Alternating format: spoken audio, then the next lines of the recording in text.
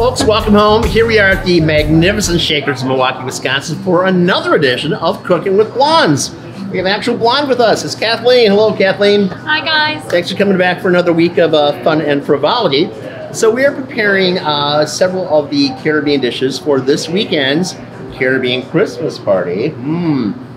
So Michaela was just back here. We started off some Jamaican chicken wings. And one of the things I should also say about jerk, which is, you know, the first recording of jerk was back to 1547. And it was used primarily in the Caribbean, primarily in Jamaica, because all these spices were there. Jerk is a magnificent natural preservative. And then, of course, the acids are there as well, like citric acid, things of that nature, really expand that profile. Jerk does not have to get refrigerated. It is shelf stable forever and a day. You can, not like on the Titanic where it's under cold water, this is just shelf stable. It's phenomenal. Now there's the thing about Jamaican jerk, and they have in the last 20 years or so developed a style of jerk that is very, very salt heavy. So I'm not a fan of that. You don't have to be, and I think in some ways it takes away from the actual flavors themselves. But jerk by itself is a natural preservative for food. It adds so much. You do things like, obviously, chicken is exquisite with that. Otherwise, even like goat. Jerk goat, oh man, is that good. You can develop this like an escabeche as well from that. So fish is just an incredible, versatile type pot of jerk. And we have our jerk ice cream as well. Jerk ice cream debuted at Bastille Days in Milwaukee in 1992. We played that as well. All my sauce and food stuffs went international. That was one of those things. And then life changed. I'm not going to talk about that divorce, I promise. So here we are right now. And the thing I'm going to do with this is we're going to make a Jamaican dish, and that is going to be rice and pigeon peas. So pigeon peas go by other names, and they're typically called gungo, G-U-N-G-O, and these little green peas, and they're really tasty. And yes, there's a tremendous difference between this and red beans or white beans or kidney beans or anything else, black beans. They're absolutely extraordinary. And high sorts of protein as well, high sorts of dietary fiber. They're just incredibly fun. Now, the rice that we're going to use on this is jasmine. And typically for Creole dishes, Cajun dishes, we're going to use a long grain. This is not that. This is basmati rice and jasmine rice. We have a combination of two rices here, and these are both rices that come from India. So you think about anything in the Caribbean, and you think about the West Indies, there's kind of a reason that it's called that, right?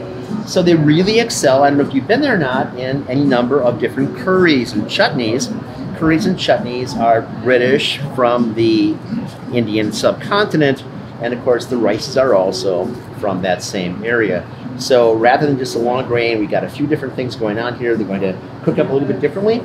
And rather than some things that we do that are Jamaican or Creole, or rather that are Cajun or Creole, we want to have the starch that's there. In Jamaican cuisine, we want these to be fluffier. So we have to rinse them first under cold water. And this simply is taking a strainer and just, you know, over your water and just water and just let that run for a few minutes, and now we can forget about that. Now, while you are going to be cutting down this onion, and most times we go pole to pole at shaker, so pole to pole, top to bottom. And my recommendation, again, you bridge your fingers like that so you don't cut your fingertips off. Nobody wants that. And the same thing over here. And then you're just going to come through like that. All right. So when you got that, what I do is I smush them in a little bit, because that frees the membrane right here, because you then peel off the onion paper easily. And you get to do like little julienne. And a julienne is long, thin strips. So once the peel is off, and I'll let you do this, you're just going to go straight down and maybe 1/4-inch pieces. And you get halfway through, I want you to turn this around like that. And you say, why? Well, because as we show all the time, if you're trying to hold on to this little stubby thing, it's really hard. If you turn it this way, you've got a bigger part to hold on to. Okay, you manipulate your way through that. I'm going to take these pigeon peas right here. And we are using the Goya brand, and there are several other things out there. La Preferida is also quite good. It doesn't really matter which one you use, they're all the same. We're going to keep the starch that's on here, though. Even though we're getting rid of the starch on the rice, we're maintaining the starch in these. It's going to go into our hot water. Shaky, shaky first.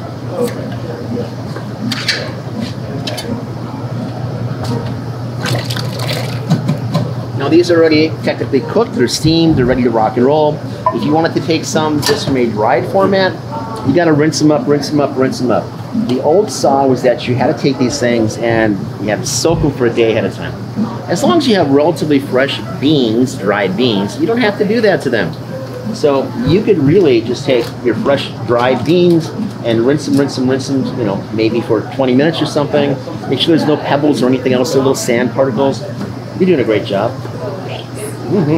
Fingers are still attached, right? Yep. Perfect.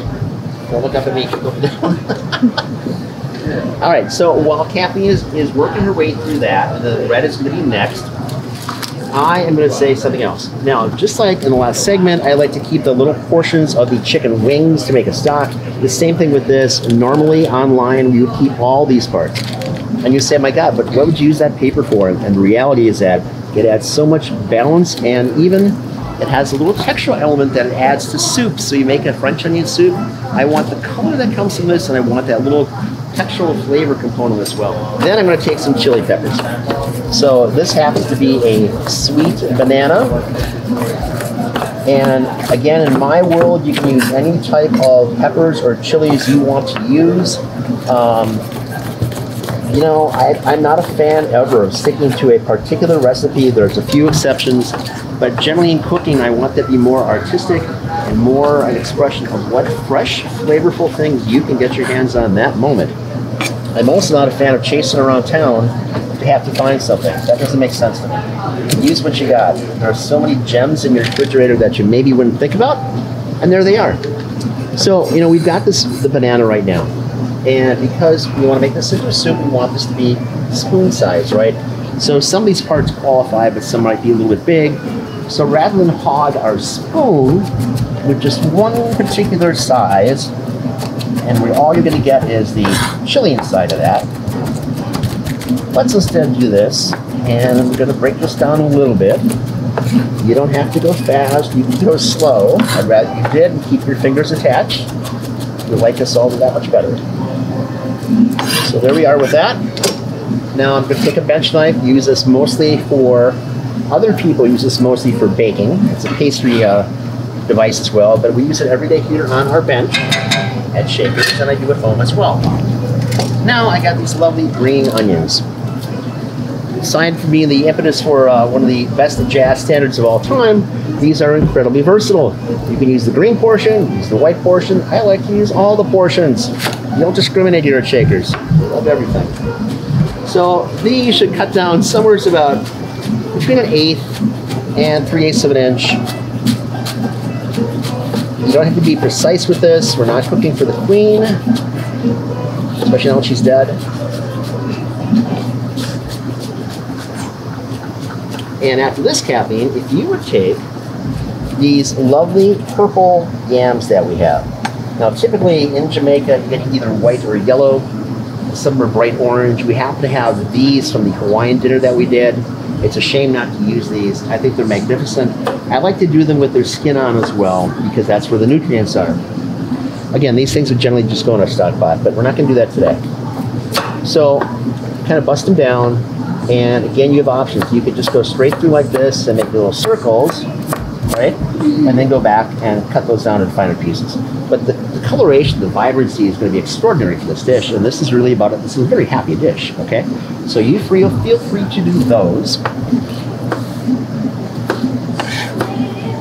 So I like different onions because they don't taste the same. And I like using these beautiful yellow onions, which are not to be confused with any number of the sweet yellows. They're sweeter than the whites, certainly, or the reds. But I think that each one has their own flavor profile, and they lend so much to different dishes, or just together. You get so much balance. And as you were cutting these before, I noticed that you weren't crying, right? No. Not a bit of it. Who wants to cry over cut onions? So here we are, right into our stock pot of love. I want a little spice in here too, so I'm going to take a red jalapeno. After all, this is called a pepper pot. Typically, pepper pots, which are made on every Caribbean island, and they're all a little bit different, but they're almost always made with pigtails. Now, there's a huge push that's going on, not just in our country, but everywhere, to have things that are rich in protein but do not have animal protein associated. And without sacrificing flavors, we want to do that for people here at Shakers. So we're giving them the option to have something like this, which is going to be meat-free. No pigtails were deployed in making this today. Now, something that I've encountered quite a bit in Jamaica and in Bahamas is to take a tomato, and you see this in Trinidad and Tobago as well, but all sorts of other places you don't see this. So I don't want to have a lot of tomato here. I just want to have a little bit. So when you threw in all of the sweet potatoes, yams, you can then go into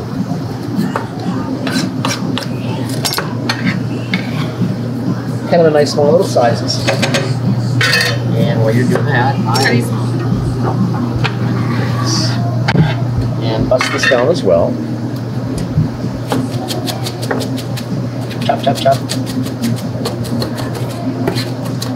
As in two chop, not too fast. So you can do the same thing with your guys over there.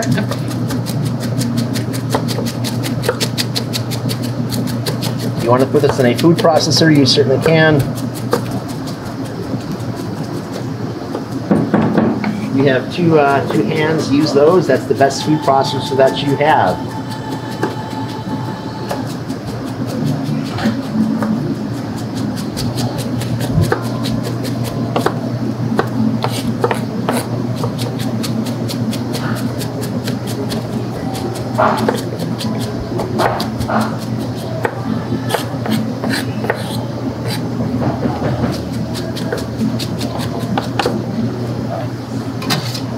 Almost there with that. So while Kathleen is working on that, I'm going to grab some of these. This is a Scotch bonnet chili pepper, and it's named after a Scotsman's beret, or tam o' shanter, I believe they're called. And they have different colorations as they ripen. So they start out green like this, and they mature, and they get this yellow, orangey kind of thing, sometimes purple. This is a cousin, and this is an habanero chili pepper. And you notice that they have a slightly different shape to them. And in my mind, habaneros are just a little bit more one-dimensional, whereas Scotch bonnet are more full-bodied. Now, what we're not going to do is we are not going to cut this. We're not going to score this. We want just the natural flavors to come out of this without the membrane inside with the seeds, because that's where the heat is. So, and these are all based on a Scoville scale. You don't want to get the heat necessarily into this dish, though it is called a pepper pot. So we're just going to take one like that, and then one like that, and just launch those to the top. They're just going to nestle there. Now, to give ourselves a little bit more of a boost, though, we are going to take a serrano chili pepper like this. And serranos are just a little bit hotter than a jalapeno.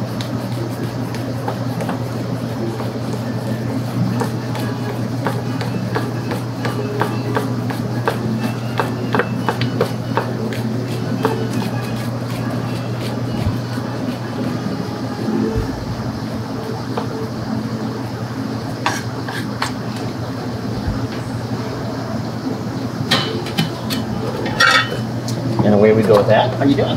Good, we're almost there. Excellent, excellent. So it's that time that I'm going to take, this is a Goya product, and it's the coconut.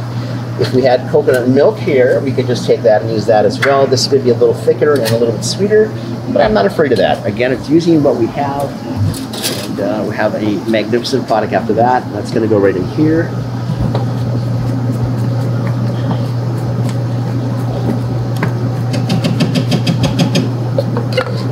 Again, just a pure coconut milk is preferable, but this will work just fine. Now, I think that the soup is really good when you got 2 hours to go. And all you have to do is start this guy up and just let it run. It's going to be fantastic. You there? Yeah. You don't mind, Kathy? Let's get those into there. Okay.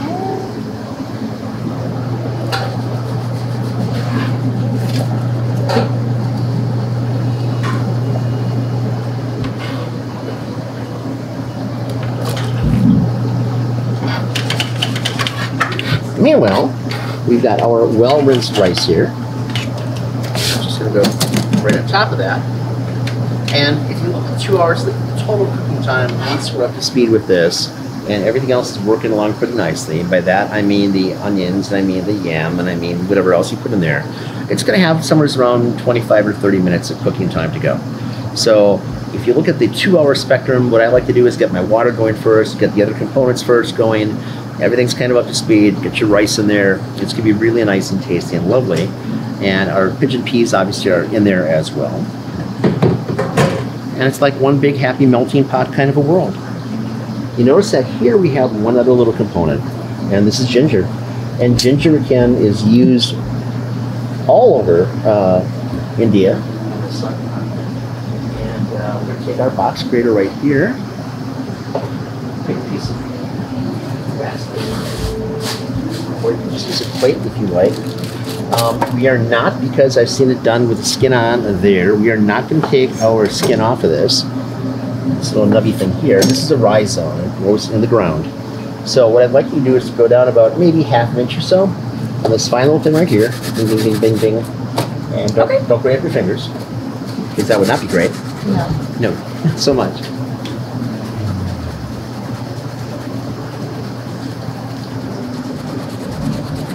And listen very closely, you can hear it scream. But don't be concerned about that.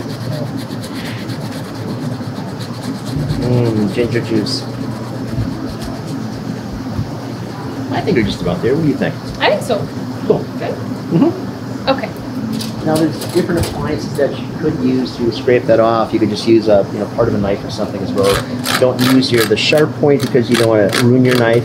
But you can take the back plate of this and just move it down like that, and that will work pretty well.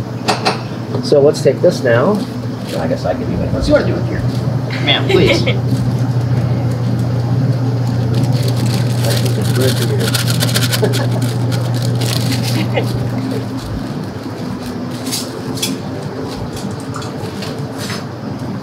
you go. It's a big sturdy thing.